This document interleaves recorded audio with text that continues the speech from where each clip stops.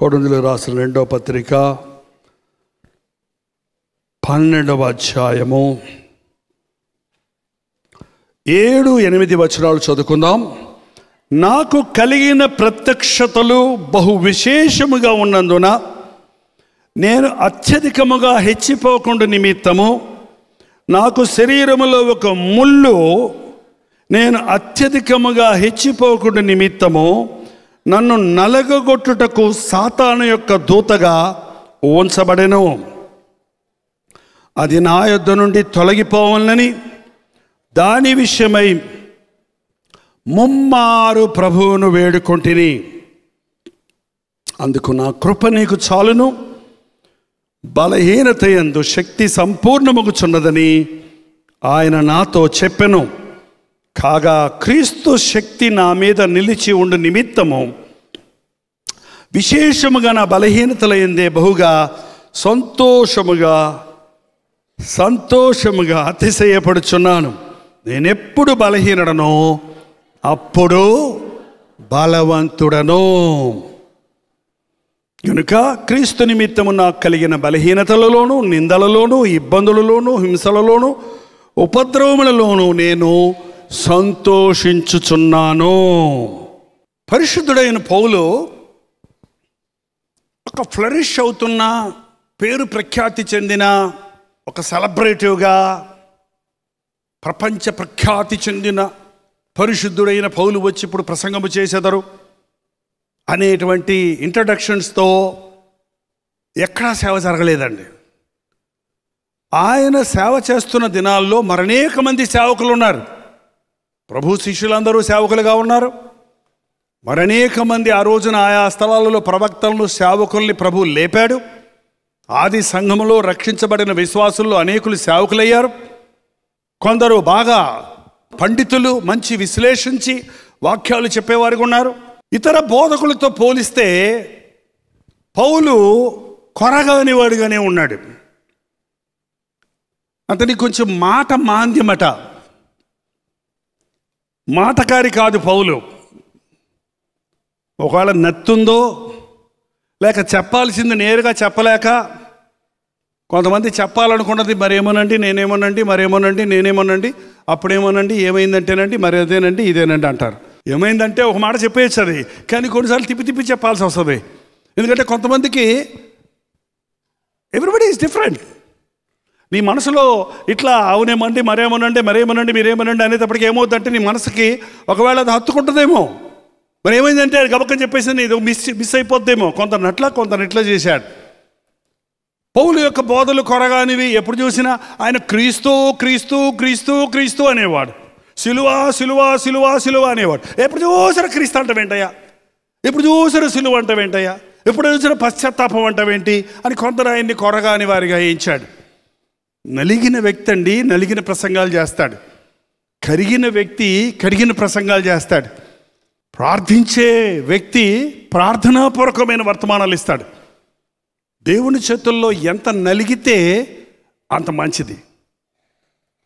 మనం ఏదన్నా ఒక ఆహార పదార్థం చేయాలనుకున్నప్పుడు మరి మీరు గమనించారు కదా, కొంతమంది చపాతీలు చేస్తారు, కొంతమంది పూరీలు చేస్తారు. అవి మళ్ళీ మన నోట్లో వేసి మళ్ళీ తిరగల్లాగా ఇసరాలి. అవి నమిలి తినాలి. కొంతమంది చేస్తే దాన్ని గుద్ది నూనె పోసి గుద్ది, నెయ్యి పోసి గుద్ది ఈ బరోటాలు చేస్తారు చూడండి. మీరు ఎప్పుడైనా చూడండి, అది పట్టుకొని అని వేస్తే అది మెత్తగా తయారవుతుంది.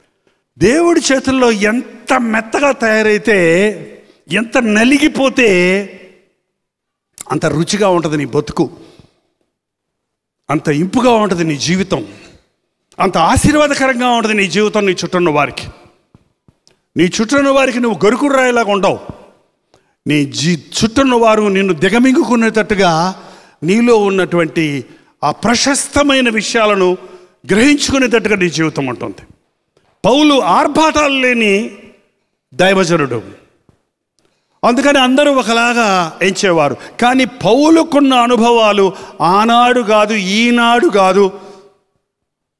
I don't think there is no other substitute to Paul.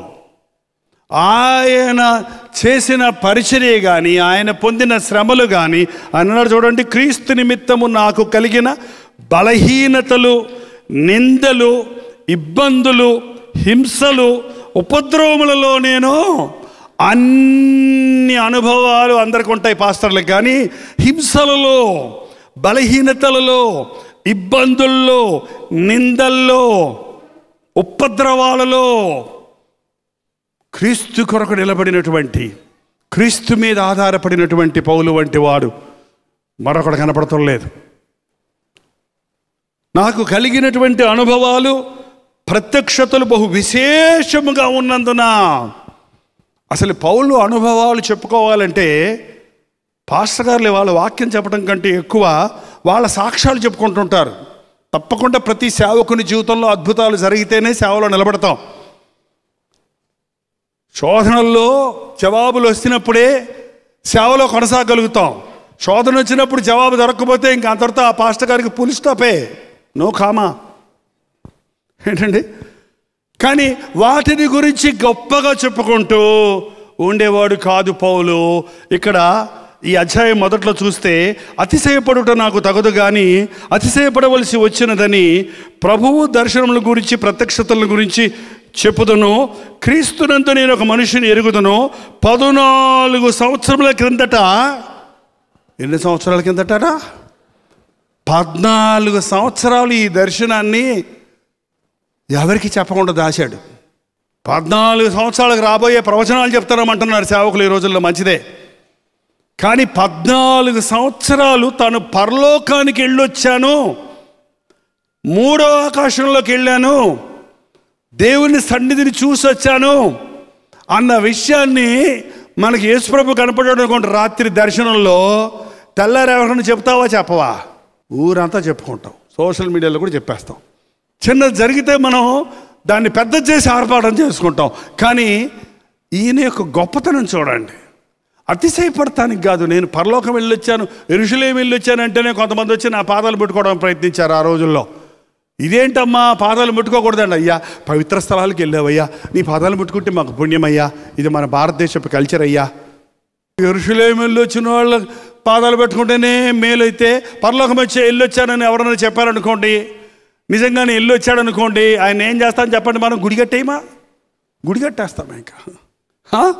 అందుకనే చెప్పలేదు, తన గొప్పతనాలు చెప్పలేదు, తనకు కలిగిన బహు విశేషమైన ప్రత్యక్షతలు ఇంకెన్నున్నాయో మనకు తెలియదు. ఒకటే చెప్పాడు ఇక్కడ శాంపుల్. అది 14 సంవత్సరాలు చెప్పలేదు, అక్కడ చెప్పవలసి వచ్చింది. ఇక మనుషుడు కొరగాని వాడివి, నువ్వు పనికి మాలిన వాడివి, నువ్వేం చేసావు సేవ?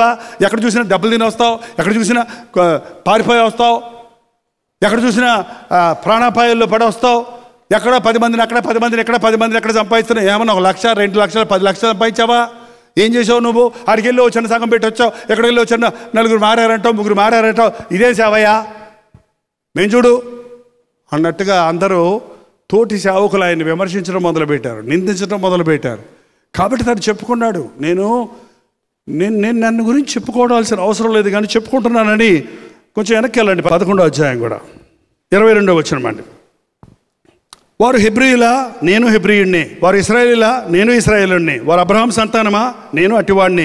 వారు క్రీస్తు పరిచారకులా, వెర్రివారి వల్ల మాట్లాడుచున్నాను. నేనును మరి ఎక్కువగా క్రీస్తు పరిచారకుడిని, మరి విశేషముగా ప్రయాసపడి తిని, మరి అనేక పర్యాయములు చెరసాలలో ఉంటిని, అపరిమితముగా దెబ్బలు తింటిని, అనేక మారులు ప్రాణాపాయములో ఉంటిని, యూదుల చేత 5 మారులు 1 తక్కువ 40 దెబ్బలు తింటిని, 3 మారు బెత్తములతో కొట్టబడి తిని, ఒకసారి రాళ్లతో కొట్టబడి తిని, 3 మారు ఓడ పగిలి శ్రమపడి తిని, ఒక రాత్రింబగళ్ళు సముద్రంలో గడిపి తిని, అనేక పర్యాయములు ప్రయాణములలో, నదులలో, ఆపదలలో, దొంగల వలన ఆపదలలో, స్వజనుల వలన ఆపదలలో, అన్ని జనుల వలన ఆపదలలో, పట్టణములలో ఆపదలలో, అరణ్యములు ఆపదలలో, సముద్రములో ఆపదలలో, కపట సహోదరుల వల్ల ఆపదల్లో ఆఖరు పెట్టాడు. మనమైతేనా ఒక్కొక్కటి 15 రోజులు చెప్తాం. ఏంటండి, ఎన్ని రకాలైన శ్రమలు! ఒక్కసారి యేసు ప్రభువుని 1 తక్కువ 40 దెబ్బలు కొట్టారు. ఎన్నిసార్లు అంట? 5 మారులు. ఏంటండి, ఆయన శ్రమానుభవంలో సమానుభవం కలగాలని ఆశపడేవాడు. నాకు అన్నీ ఉన్నాయి, నేను హెబ్రీయుడిని, నేను రోమన్ని, నేను ఇశ్రాయేల్ని, నేను పరిసయ్యుడిని, నేను ధర్మశాస్త్రాన్ని ఎరిగిన వాడిని. కానీ వీటన్నిటిని వదిలిపెట్టాను. ఏవేవి నాకు లాభకరములో వాటిని నేను పెంటగా ఎంచుకొని ఇంకా క్రీస్తుని సంపాదించుకోవాలని వెళ్తున్నాను. పౌలు జీవితంలో ఎందుకు నేను ఇంత సేవ చేస్తుంటే నాకు ఈ ఆపదలు, నిందలు, అవమానాలు, శోధనలు నాకే వస్తాయేంటి? చాలామంది అడుగుతుంటారు, నాకే వస్తాయేంటండి బాధ? ఎప్పుడు చూసినా ప్రార్థన చేసుకొని వాళ్ళకి రాదే, ప్రార్థన చేసుకుంటుంటే నాకే కలుగుతుండేంటి శోధన? ప్రార్థన చేసుకుని వెళ్ళి నేను సెలెక్ట్ అవ్వలేదు, ప్రార్థన లేకుండా వెళ్ళి మా కొలీగ్ అతను సెలెక్ట్ అయ్యి జాబ్ వచ్చేసింది. ఇదేంది ఇది? మీ దేవుడు ఏం చేశాడు నీకు అని అంటే మళ్ళీ ఈ బాధ ఒకటి, జాబు లేదనే బాధ. మళ్ళీ నీ దేవుడు ఏం చేశాడు అంటే మళ్ళీ ఇదొక బాధ. ఇందులో దేవుడిని వదిలిపెట్టాలా? దేవుని మీద కోప్పడాలా? పోరాటం. ఆ పోరాటాలలో ఈ బలహీనత నాలో తీసి నేను ఎచ్చిపోకుండానట్లు దేవుడు నాకు ఒక ముళ్ళు పెట్టాడు. ముళ్ళు. ఎప్పుడన్నా మీరు చేపలు తింటున్నప్పుడు మీ గొంతులో ముళ్ళు ఇరుక్కుందా? ఆక్ అంటే లోపలికి వెళ్దు, ఆక్ అంటే బయటికి రాదు. ఏదైనా మింగుదామంటే కరక్ కరక్ కరక్ అంటుంటుంది. గొంతులో ముళ్ళు పెట్టుకొని ఎన్ని రోజులు బతుకుతావు చెప్పు? తినేటప్పుడల్లా ఎంత కష్టం చెప్పు? గబగబా మాట్లాడాలంటే అది కచ్చ కచ్చ కచ్చ కడుతూనే ఉంటుంది అక్కడ. ఏంటంటే అది ఎంత కష్టము. కాల్లో ముళ్ళు ధరదు. ఇప్పుడు ఎవరికి కాల్లో ముళ్ళు గుచ్చుకునే అనుభవాలు లేవు. ఇప్పుడు షూలు వేసుకొని తిరుగుతున్నారు కదా. ఏంటంటే కాల్లో అరణ్యాల్లో నడుస్తున్నప్పుడు షూలో నుంచి కూడా ముళ్ళు గుచ్చుకునేది నాకు. రబ్బర్ షూలు వేసుకుంటే షూలో నుంచి ముళ్ళు వచ్చి గుచ్చుకుంటుంది. అది అందులో ఇరిగిపోయింది అనుకోండి, లోపల ఉండిపోయింది అనుకోండి. ఆ ముళ్ళు చిన్న ముళ్ళే ఇరుగుంటుంది అనుకోండి. నడుస్తున్నప్పుడు ఎట్లా ఉంటుంది చెప్పో? కరక్ కరక్ కరక్ పట్టుంటుంది. అది బయటికి తీసేదాకా చాలా ఇబ్బందిగా ఉంటుంది. పౌలు అన్నాడు, అలాంటి ఒక ముళ్ళు ఉంది నాలో, అది మాటి మాటికి నన్ను బాధ పెడుతుంది, అది మాటి మాటికి నన్ను గాయపరుస్తుంది, అది మాటి మాటికి నన్ను తొందర చేస్తుంది, అది తీసేయమని ముమ్మారు వేడుకున్నాడంట. ఎన్నిసార్లు వేడుకున్నాడండి? అంటే ఏసయ్యా ముళ్ళు తీసేయి, ఆమెన్, ఏసయ్యా ముళ్ళు తీసేయి, ఆమెన్, ఏసయ్యా ముళ్ళు తీసేయి, ఆమెన్. 3 సార్లు అయిపోయిందా? మనం ప్రార్థన ఎన్నిసార్లు చేసావు ప్రార్థన అంటే అప్పుడు చాలాసార్లు చేస్తాడు అంటారు కొంతమంది. ఎన్ని రోజుల నుంచి చేస్తారో? పొద్దున్నుంచి ఎన్నిసార్లు చేసావంట? చాలాసార్లు చేశారంట. ఏంటంటే ప్రార్థన అనేది ఒక్క మాట కాదు. ప్రార్థన బైబిల్ చెప్తుంది గోజాడు ప్రార్థన. గోజాడే ప్రార్థన అనేది జవాబు వచ్చే వరకు చేయాల్సింది. ఇవాళ చాలామంది ఆ గోజాడే ప్రార్థన చేయటం లేదు. గోజాడటం అంటే ఎలాగా? అయ్యా యేసయ్యా, అయ్యా అయ్యా అయ్యా యేసయ్యా, అయ్యా కాపాడయ్యా, కనికరించయ్యా, అయ్యా యేసయ్యా, అయ్యా అయ్యా అయ్యా అయ్యా ప్రభువా నువ్వు సాయం చేయనైనా, నువ్వు చేయలేకపోతే ఎవరు చేస్తారయ్యా, నువ్వు కాకపోతే ఎవరున్నారయ్యా నాకు, యేసయ్యా యేసయ్యా నా సాయం చేయనైనా, ఈ బాధ తీసేయ్యా, ఈ సమస్య పరిష్కరించయ్యా, ఈ చిక్కుల్లో నుంచి బయటపడేయ్యా, అయ్యా అయ్యా అయ్యా అయ్యా అయ్యా అయ్యా నువ్వు గొప్పోడు కదయ్యా, నువ్వు శక్తి కలిగినోడు అయ్యదయ్యా, నువ్వు స్వస్థపరిచేవాడు కదయ్యా, నువ్వు జవాబు ఇచ్చేవాడు కదయ్యా, అయ్యా నువ్వు సాయం చేసేవాడు దేవుడు కదయ్యా, నా సాయం చేయా, నా సాయం నాకు యోగ్యత లేదయ్యా, నాకు యోగ్యత లేదయ్యా నేను అడగటానికి, అయినా కూడా నీ కృప కొరకు వేడుకుంటున్నానయ్యా, నాకు సాయం చేయయ్యా, నాకు సాయం చేయయ్యా అని పొద్దు నుంచి సాయంత్రం దాకా చేస్తే ఏమంటారు? అది ఎప్పుడైనా నీకు జవాబు రాని ప్రార్థన విన్నపాల కొరకు అలా ప్రార్థన చేసిన విషయాలు ఉన్నాయా? గంటలు గంటలు, రోజులు రోజులు చేసి చేసి చేసి చేసి చేసి ప్రభువా నీ చిత్తంలోనైనా, నీ చిత్తమైతే తీ, లేకపోతే లేదు అని ఊరుకున్నాక ఒక సీజన్ అయిపోయాక మళ్ళీ ఎవరో వచ్చి ఏంటయ్యా నువ్వు అందరికి ప్రార్థన చేస్తే బాగుపడిపోతున్నారు, నీ కళ్ళ నిండా కళ్ళు పూసులు. ఆయనకి రెండో బలహీనత ఏంటంటే కళ్ళల్లో పూసులు ఉంటాయంట. తెల్లగా పూసులు కారుతుంటాయి చూడండి, చూస్తానికి ఎదుటోడికి కొంచెం ఎబ్బెట్టుకుంటుంది.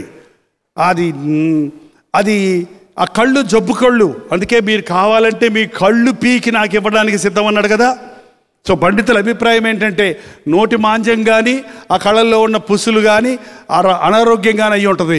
ఒకవేళ మళ్ళీ ఎవరో వచ్చి పెద్ద సేవకుడు అంటున్నావు, అనేక మందిని స్వస్థపడుతున్నారు, నీ కళ్ళు నువ్వు స్వస్థపరచుకోలేవా అని సూటి పోటీ మాటలతో అంటుంటే ఏం చేస్తాడు?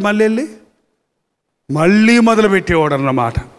మళ్ళీ ఒక సీజన్ అంతా ప్రేయర్ చేసిన తర్వాత దేవుడు జవాబు ఇవ్వకపోతే సరే ప్రభా నీ చిత్తం అని వదిలేశాడు. మళ్ళీ ఇంకొకసారి అలాగ ముమ్మారు అనేది 3 రోజులు కాదు, అది 3 సార్లు కాదు, అది ఆయన సేవా అనుభవం ఎన్ని సంవత్సరాలు ఉన్నాయో అన్ని సంవత్సరాలు ఆయన ప్రార్థన చేశాడు. కానీ ప్రభు చివరిగా ఇచ్చిన జవాబు ఏంటంటే అది నా యొద్ద నుండి తొలగిపోవాలని ప్రభువును ముమ్మారు వేడుకొంటిని, అందుకు నా కృప నీకు చాలు. ఇచ్చిన జవాబేంటి? అది అలాగే ఉంటుంది, నీ బలహీనత, నీ ముళ్ళు, కానీ నా కృప నీకు సరిపడంత ఉంటుంది. ఆ బాధ తట్టుకుని ఆ స్థితిని అధిరోహించే ఆ పరిస్థితుల్లోనే కృంగిపోకుండా నిలబడగలిగినట్లుగా నా కృప నిన్ను ఆదుకుంటుంది, ఎత్తుకుంటుంది, కవర్ చేస్తుంది, కాపాడుతుంది. నా కృప నీకు చాలును అన్నాడు. ఎప్పుడైతే దేవుని దగ్గర నుంచి ఆ కృప చాలు అన్న మాట విన్నాడో, కాగా క్రీస్తు శక్తి నా మీద నిలిచి ఉండు నిమిత్తం అన్నప్పుడు నన్ను కప్పు నిమిత్తము ఏంటంట, క్రీస్తు శక్తి నా మీద నిలిచి ఉండు నిమిత్తము, నన్ను కప్పు నిమిత్తము విశేషముగా నా బలహీనతల యందు బహుగా అతిశయపడుతున్నాను.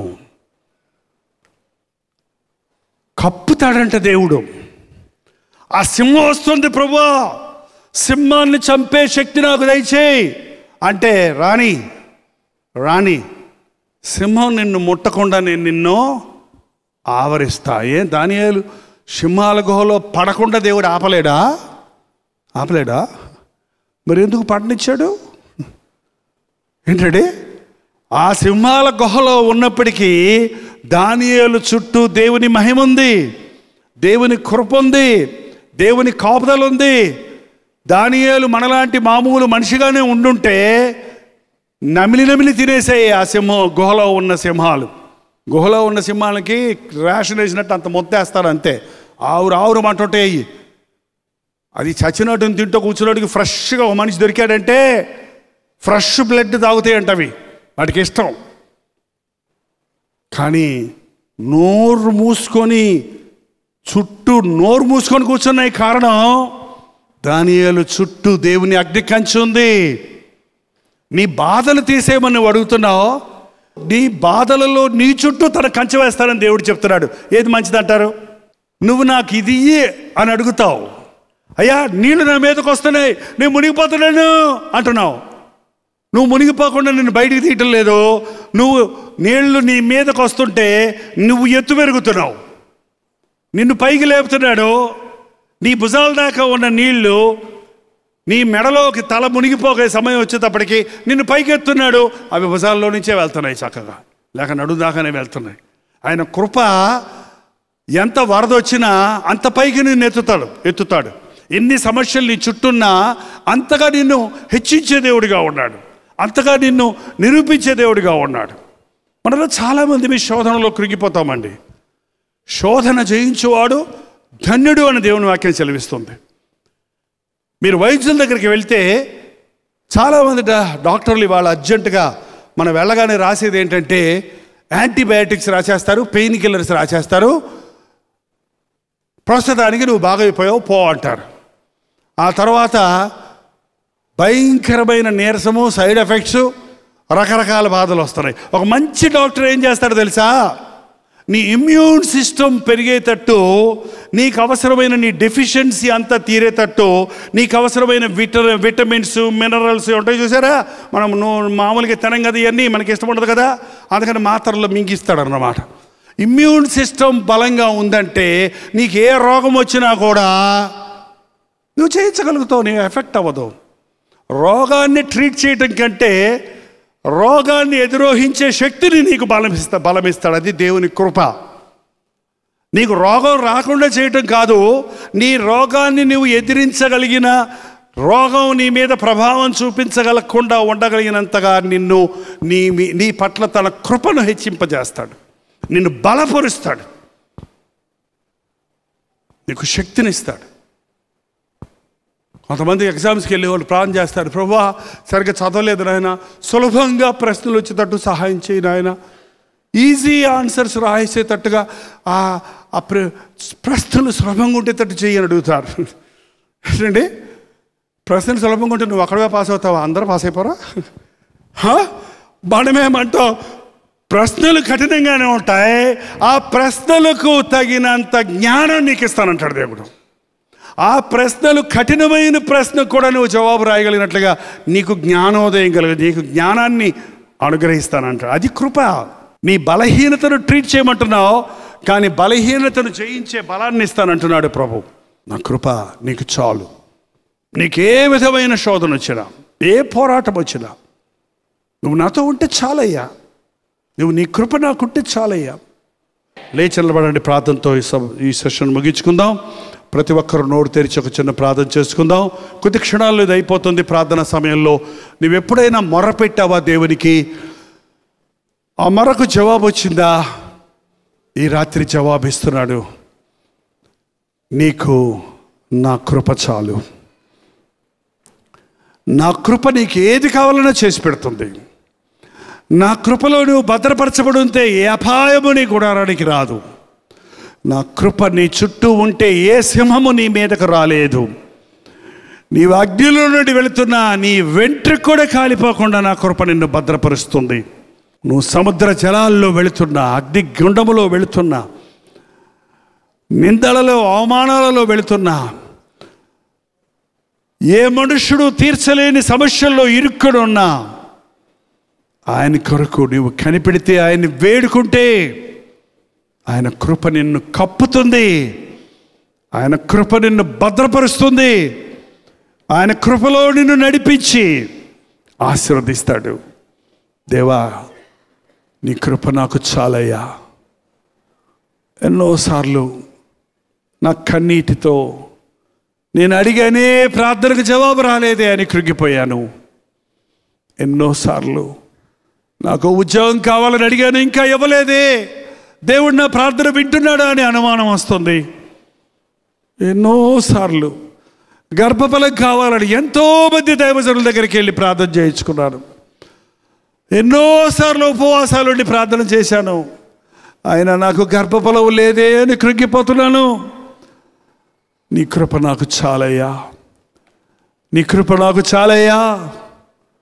ఈ అప్పులలో పడి ఇక ఏ రీతిగాను నా అప్పులు నేను తీర్చుకోలేను.